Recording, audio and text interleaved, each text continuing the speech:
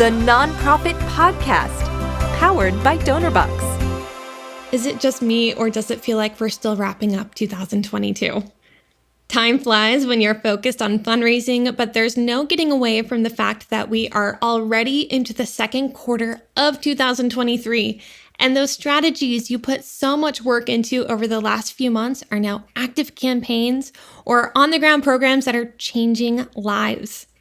So, whether April has you filled with anticipation at the opportunities summer fundraising season offers, or is making you anxious for missed first quarter fundraising goals, today I am sharing 5 key learnings from our most popular episodes to ensure we all hit the ground running in Q2. Welcome to the Nonprofit Podcast. I'm Jena, the nonprofit advocate here at Donorbox. We are here each week with practical actions you can use today to take your nonprofit to the next level tomorrow. We all started the year with concerns about the potential impact of economic uncertainty to derail our carefully laid plans.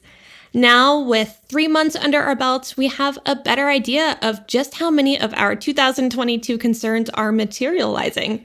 It's the perfect time to reflect, reassess, and recalibrate our goals for a stronger Q2. But one thing that never changes is the age-old question: where do we find new donors? In our episode on fear-free fundraising, Kara gave us solid advice on building an effective communication strategy in any economy.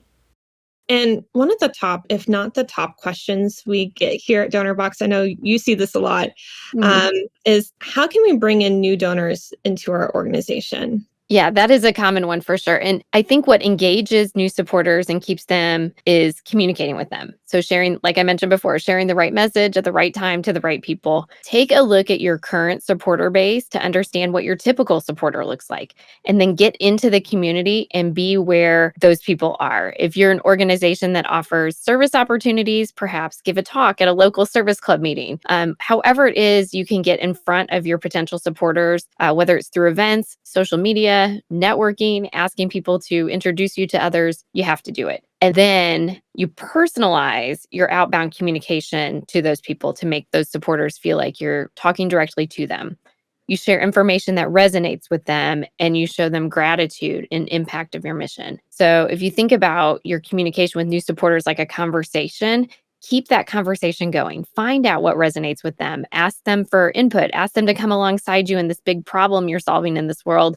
And they'll be more likely to stay engaged once they get engaged because they know that you know them. But how can organizations make sure that they're one of the few organizations that these people support? Right. So donors are supporting fewer organizations than they did a few years ago. So the answer to that is donor engagement. In fact, I was reading a study from the Gallup Company, and they reported that donors invest money and they invest their effort in charitable organizations when they feel a strong emotional and psychological connection. So they may donate to other organizations occasionally, but they keep going back to the causes that emotionally engage them. And so good donor engagement, it deepens the relationship with that donor, it grows the affinity for your organization, and it increases giving, especially when you're telling stories, people overcoming a challenge, or whatever it is that your mission delivers. When you share those success stories, when you share the stories of the need for the mission, you really stand out, and your supporters will remember you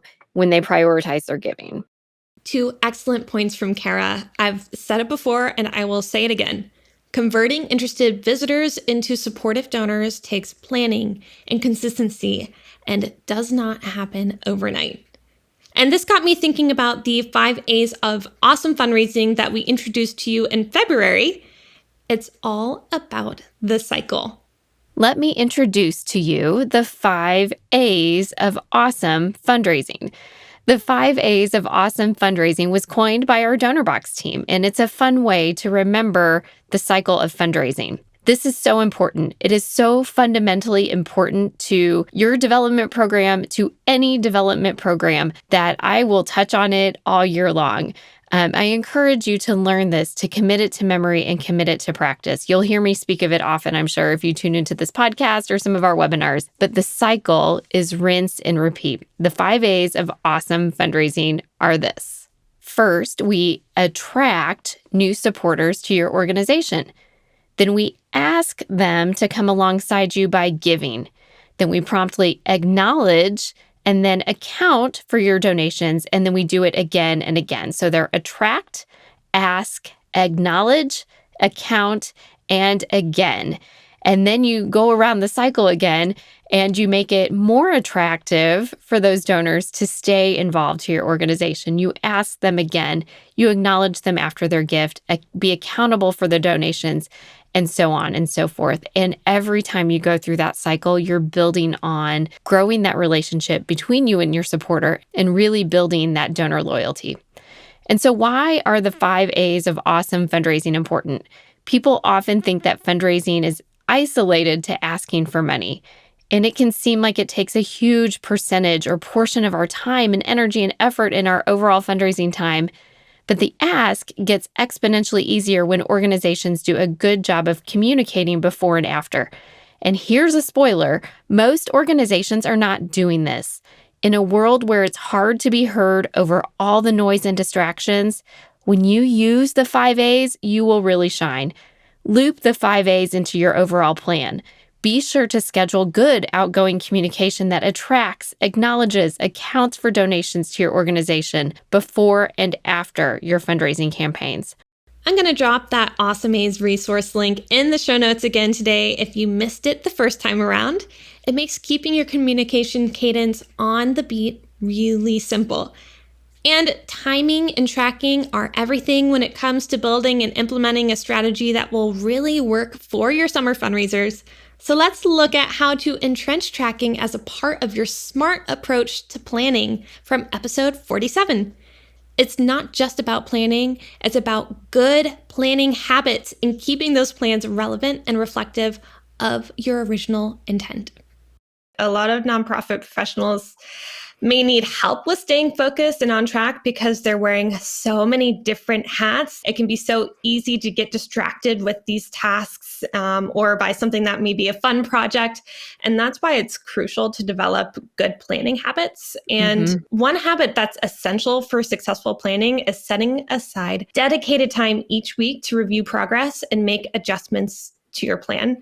And this can help ensure that your nonprofit stays on track and that your goals are being met. And another successful habit for planning for nonprofits is to break down those large goals and make them more manageable. So this helps make goals less overwhelming and more actionable. So for example, instead of saying, I want to increase donations by 50% in 2023, a smaller, more manageable goal would be, I want to research and implement new fundraising software and update my giving forms on my website by the end of Q1 2023. That's too broad to start with, right? Like I want to increase donations by 50%. I mean, that's a good goal, but yeah, I like that. I like the recommendation you gave.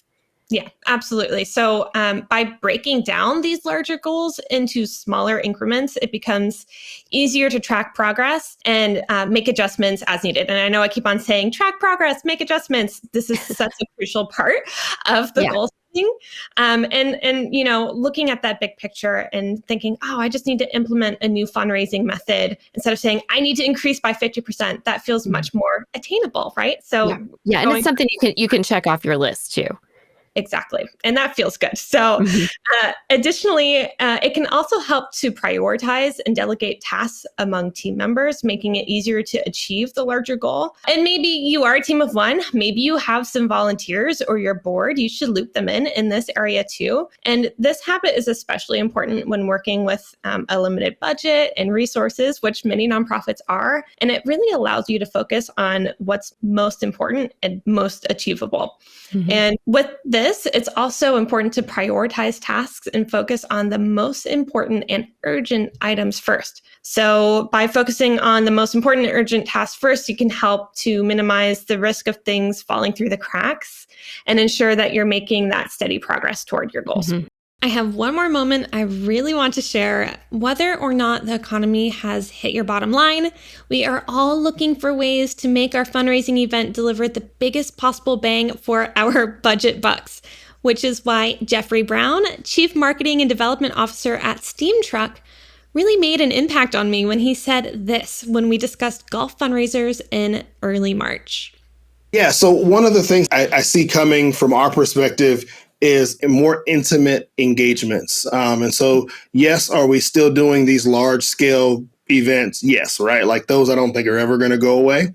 But I don't think you have to shy away from doing these smaller, intimate, if we're smaller, or even if we're a large organization, doesn't matter our size, having these small, intimate gatherings where our staff or our leaders are able to really come out and share with people the impact of this organization on a small scale. Yes, we're going to continue to do these large scale events, but we also let's not shy away from doing these really, really intimate events that are low cost, but that pay huge dividends. And if we find the right board member or find the right person, most of the time they're willing to underwrite the cost of that small event. In some cases, host that small event for us. And that just makes it so much more meaningful.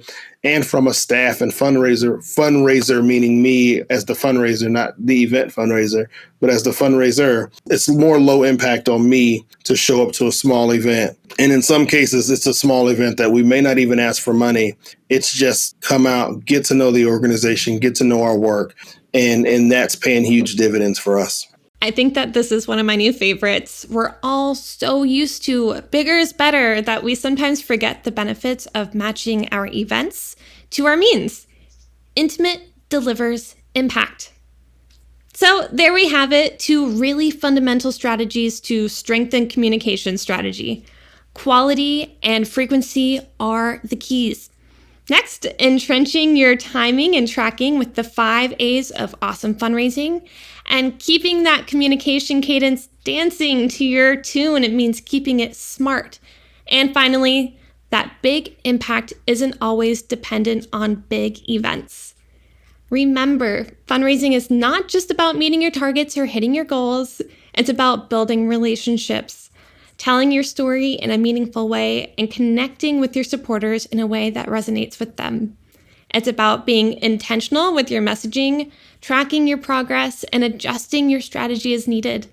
And most importantly, it's about remembering the impact that your organization is making on the community it serves and staying focused on your mission as you navigate the challenges and opportunities that come your way. As we move into the second quarter of 2023, be sure to keep these learnings in mind and continue to build upon them as you grow and strengthen your organization.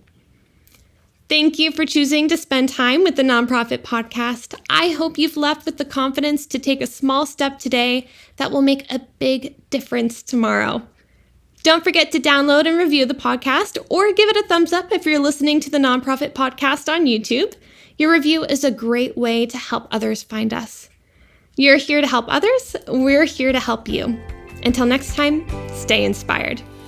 That warm feeling when you help someone, it's not just happiness, it's fulfillment. And we believe it should be available to everyone, from frontline heroes to first-time fundraisers.